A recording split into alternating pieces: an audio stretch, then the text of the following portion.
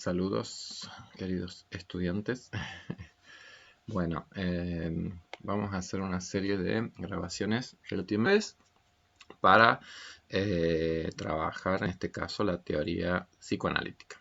Estamos ya en la unidad 2. En la unidad 2 vamos a como trabajar los distintos modelos teóricos que hay en el campo de la psicología y en el campo de la psicología del desarrollo.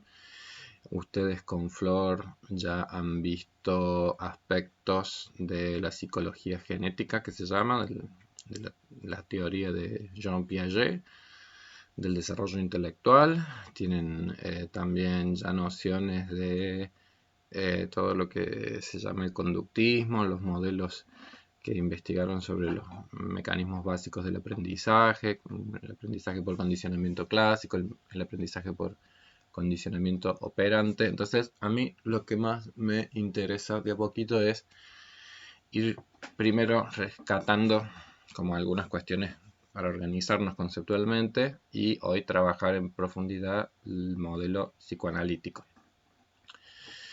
Cuando hablamos de un modelo, ¿qué es lo que entendemos por un modelo? ¿Sí? Es decir, sobre todo primero es empezar a tener en claro, es decir, en la ciencia psicológica, digamos, es decir, un modelo es como un modelo de belleza. Si Pierce Brosnan o qué sé yo, Angelina Jolie. La Angelina Jolie es un modelo de belleza. ¿Por qué? Porque tiene una determinada característica, tiene una determinada forma, entonces se lo utiliza como un paradigma, como algo de los cuales pueden estar más cerca o pueden estar más lejos. ¿Sí? Es un modelo de la realidad como que sintetizaría cualidades que permiten después hacer comparaciones según qué tanto te acerques o te alejes de ese modelo. Bueno, una teoría psicológica construye modelos de la realidad, porque toda teoría lo que trata de explicar es los fenómenos que en la realidad suceden. Entonces, ustedes, por ejemplo, cuando veían el modelo conductista, el modelo construye una serie de hipótesis con respecto a cómo se produce el aprendizaje, el condicionamiento clásico o el condicionamiento operante, bueno, etc. Entonces digo, eso es como una modelización que trata de explicar cómo es que se producen los comportamientos humanos y los fenómenos de aprendizaje. Y después, en el caso específico del conductismo, buscando sustentos para esos modelos teóricos a partir de metodologías que son las metodologías experimentales. ¿Se comprende? Entonces, eso es un poco ligado a lo que veíamos en la unidad 1, que todo conocimiento es una construcción de modelos, pero en base también a las evidencias empíricas que puedan sostener a ese modelo. Bueno, habiendo hecho esta como distinción, en el campo de la psicología nosotros tenemos modelos que son bastante distintos, ¿sí? Es decir, si uno compara el modelo conductista con el modelo psicoanalítico, uno diría, wow, ¿y todo eso es psicología? Y sí, porque la psicología se fue constituyendo, pero habiendo modelos muy distintos y desde perspectivas muy distintas y con preocupaciones y con intereses muy distintos y con metodologías de investigación también muy distintas, ¿sí? Entonces, eso es bueno o es malo. Es la realidad histórica que existió en el campo de la psicología y es por otro lado lo que nos muestra la riqueza de este campo y al mismo tiempo la imposibilidad por ahí de que haya todavía un solo y único modelo unificado, y creo que nunca lo va a haber, básicamente porque hay como construcciones de objetos de estudios muy distintos, ¿sí? Nadie discutiría la cientificidad de los experimentos y de los modelos experimentalistas en el campo de la psicología. ¿Por qué? Porque toda la corriente más fuerte en el campo de las ciencias siempre ha sido el basarse en la evidencia, como quien dice, ¿sí? Entonces sí ha habido más cuestionamientos, por ejemplo el modelo psicoanalítico, y qué sé yo, hace poco falleció un epistemólogo muy famoso de Argentina que se llamaba Mario Bunge, que toda su vida se la pasó diciendo que el psicoanálisis era una pseudociencia. Bueno, todavía existen ese tipo de debates, es decir, las posiciones más extremistas que solamente aceptan la experimentación como modelo último y que tienen una visión más bien físico-química de todos los fenómenos y que todos los fenómenos sociales y psicológicos tendrían que reducirse en última instancia a fenómenos físico-químicos. Bueno, todas esas orientaciones son como muy críticas, de otros modelos. Bueno, el conductismo se enraiza más en esa tradición. ¿Cuál es mi perspectiva de las cosas? Mi perspectiva de las cosas es que efectivamente hay mucha investigación básica en el campo psicológico, que es muy interesante los hallazgos que encuentran, pero trasladar algunos hallazgos que se hacen en ratas y en palomas y en comportamientos básicos en cuestiones básicas del comportamiento a los seres humanos también está cometiendo una torpeza muy grande. Efectivamente, nosotros somos seres vivos que también tenemos cuestiones que quizás en nuestros modos más básicos de funcionamiento nos asemejemos a otras especies, por poner un ejemplo. Pero hay aspectos de la condición humana de un grado de complejidad que esos marcos teóricos o esos modelos nunca van a poder atrapar y que quizás no solamente, o sea, eso también estoy convencido, no es solamente los diseños experimentales los que posibilitan llegar a la construcción de saberes muy rigurosos. Las ciencias sociales y las ciencias humanas también tienen metodologías rigurosas para llegar a enunciados comprensivos de muchos fenómenos de la realidad. Bueno, dicho todo esto, esto es como una introducción a empezar efectivamente ya con un modelo teórico muy significativo, que es el modelo del psicoanálisis, ¿sí? Cuando nosotros hablamos de psicoanálisis, por supuesto que ustedes, cuando se cansan de ver mi cara, agarran, me siguen escuchando y se ponen ustedes mismos a chusmear si quieren en la computadora, pero ahí yo se los traigo solamente a Sigmund Freud. Porque, bueno, sería esperable que uno al menos cuando estudia, digamos, es decir, uno lo que tiene que tratar siempre de ir haciendo es poder ubicar los conceptos centrales de una teoría con los autores que ha tenido. Es decir, eso sí uno espera.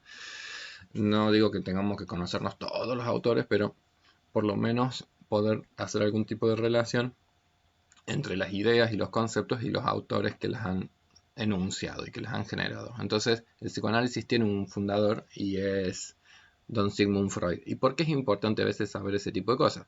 Para poder comprender el marco de constitución contextual de una teoría y de un saber. Cuando uno comprende en qué marco contextual, en qué contexto de época surge una teoría, yo creo que en ese punto se hacen más fáciles las cosas. Fíjense, Freud nace en el 1856 y fallece en el año 40, cuando estamos ahí en épocas de la Segunda Guerra Mundial.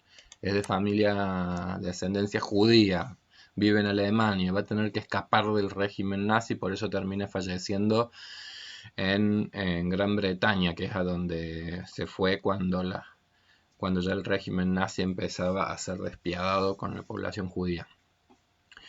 Es médico, se forma en el campo de la medicina, es neurólogo. Entonces, imagínense que él es como el representante de toda una tradición que es la tradición biologicista en la comprensión de muchos fenómenos. Y al mismo tiempo Freud se va a constituir como va a generar como una cuestión como de ruptura absoluta dentro de su campo. ¿Por qué?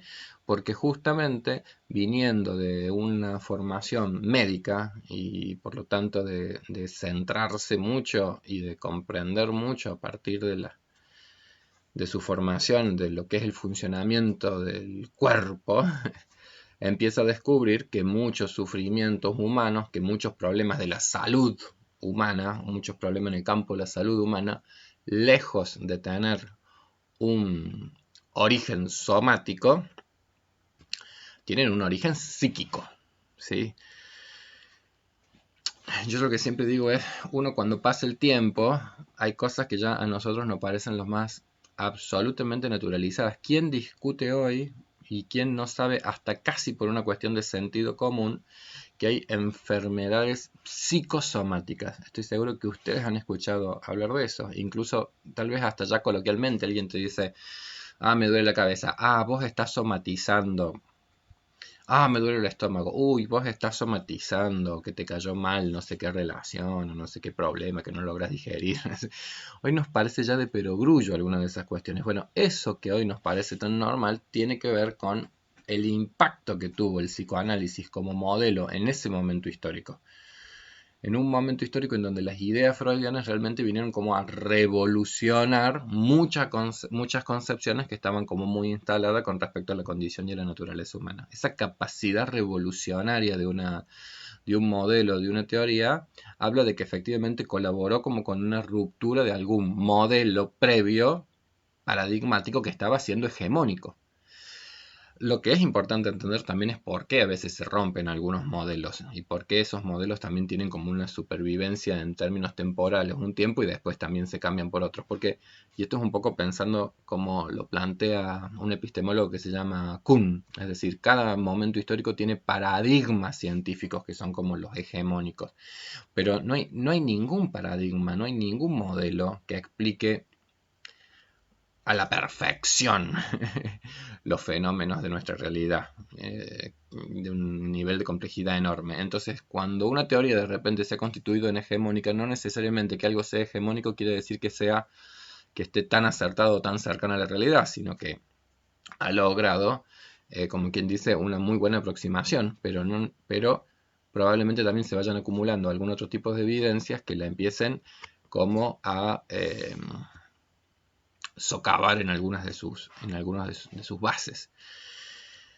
Yo les decía que Freud trae como cierta revolución al pensar que en los problemas, que en la dimensión humana, eh, no todos los saberes que estaban constituidos hasta ese momento alcanzaban o eran suficientes para explicar algunos fenómenos ligados al sufrimiento o ligados a ciertos síntomas que él va a empezar a denominar como trastornos más bien psicológicos, psíquicos.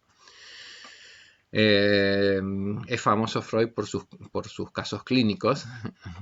Siempre se dice de Freud que él logró ser también quien fue gracias a sus neuróticas, a sus histéricas. ¿Y qué es esto? Bueno, hay un caso clínico, por ejemplo, muy famoso en Freud que se llamaba el caso de Dora. ¿Quién era Dora? Era una mujer que llegaba a su consulta médica y que llegaba con una enorme dificultad para la movilización, es decir, tenía una o dos de sus piernas completamente inhábiles y no podía caminar y tenía dificultades en la marcha y estaba como paralizada en la marcha. Entonces, ¿qué acontece? Y que acontece que en base a todo el saber biológico de ese momento se hacían todos los estudios y se hacían todas las revisiones y no había ninguna evidencia de un daño neurológico que nos pudiera explicar por qué Dora no podía caminar. Entonces ahí es cuando es interesante entender cómo a veces el saber se construye a partir del descubrimiento de que los saberes previos son insuficientes para explicar un fenómeno. Es decir, ¿cómo se explica que Dora no pueda caminar si tiene la madurez biológica, si tiene la integridad del sistema nervioso, si tiene todas las como condiciones necesarias y que se creían que eran necesarias y suficientes para que una persona camine? Entonces ahí es cuando va surgiendo esto que es, bueno, construir un modelo conceptual es efectivamente que para dar respuestas a ciertos fenómenos de la realidad, si los modelos previos no son suficientes, es que hay algo que no sabemos. Y eso que no sabemos es justamente lo que a Freud en algún punto yo creo que lo fue inspirando a empezar a descubrir que entre las causales psíquicas de muchos comportamientos humanos hay muchas cosas que nosotros no sabemos de nosotros mismos. ¿Qué quiero decir con eso? Que un concepto centralísimo en la teoría freudiana es de que el comportamiento humano y que los seres humanos, además de nuestras dimensiones conscientes, es decir, lo que nosotros sabemos de nosotros mismos y que podemos hacer conscientes y que podemos traer a la conciencia, junto con eso, muchas motivaciones de nuestro comportamiento y muchas causales de nuestro comportamiento son absolutamente inconscientes. ¿Y qué queremos decir con inconscientes? Inconscientes quiere decir que son desconocidas incluso para el propio sujeto. Que nosotros no sabemos y que desconocemos el porqué de algunos de nuestros comportamientos, que lejos de ser sujetos lógicos y racionales, que también lo somos, que tenemos esas cualidades, pero que además de ser sujetos racionales, nosotros también somos sujetos en donde nuestros mundos emocionales y nuestros impulsos y nuestras tendencias nos llevan a muchos comportamientos los cuales nosotros no somos completamente ni dueños ni comprendemos del todo. En el caso de Dora, por ejemplo, es decir, hay aspectos que son del orden de lo psíquico que están expresándose en esta dificultad somática que era su imposibilidad de avanzar. Y por lo tanto, esto que se ha transformado en un síntoma de una neurosis, este síntoma es la expresión evidente, es la expresión manifiesta de un conflicto psíquico que está en estado de latencia, es decir, que no se lo puede observar a simple vista, pero que sin embargo está siendo la causa inconsciente de un trastorno o de una dificultad que nosotros vemos en un plano más observable, en un plano más consciente. Esa idea para mí ya es como importantísima o central del psicoanálisis, esa es la que ha trascendido y esa es la que nos ayuda a entender esto. Y que ayudó, digo, sobre todo a romper una tradición que había en la psicología, que era el introspeccionismo y el pensar que un modo de conocernos y comprendernos cada vez más a nosotros mismos era solamente una cosa reflexiva. Es insuficiente porque nosotros no conocemos todo de nosotros y nosotros, entonces la conciencia es solo una esfera o es solo una parte del comportamiento. Entonces, por ejemplo, Freud empezó a utilizar como estrategia, o sea, Freud con esta paciente Dora empezó a descubrir, por ejemplo, que muchos de los...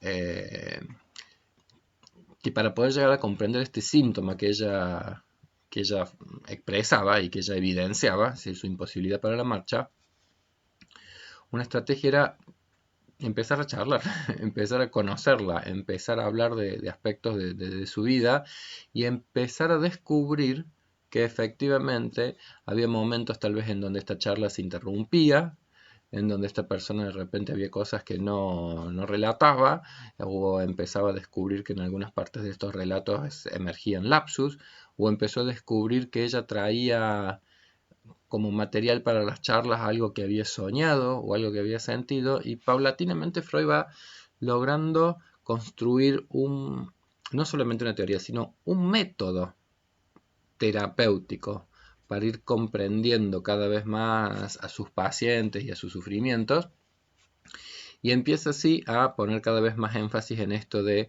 las posibilidades de que para la cura de esta neurosis pudiese empezar a hacerse consciente lo que era inconsciente, ¿sí?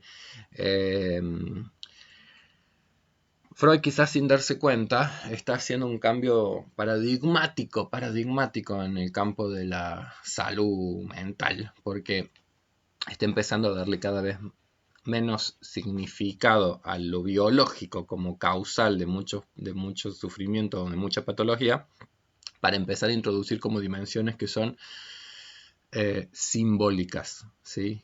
que son las del lenguaje y que son las posibilidades que el lenguaje tiene de empezar a narrar y a empezar a articular lo que han sido las experiencias vitales significativas, ¿sí? Y acá voy a hacer como una última puntualización antes de cortar esta grabación. Mi idea es hacer 3 grabaciones relativamente breves para que sean fáciles después de subir a YouTube, si no es un drama. Pero la última salvedad entonces que haría es, y Freud entonces en sus casos clínicos va a ser importante la teoría freudiana en relación a la psicología del desarrollo, porque él, aún trabajando con personas adultas, lo que empieza a percibir como de una trascendencia nuclear es las cosas que las personas adultas han vivido en su infancia.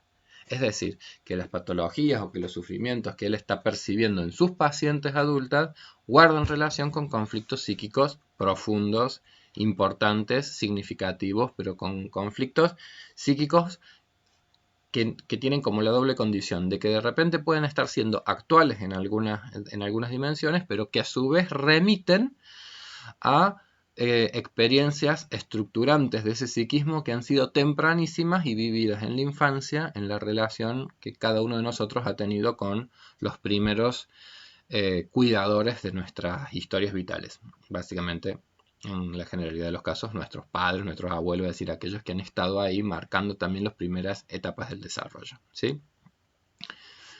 Muy bien. Voy a cortar acá. Muy bien.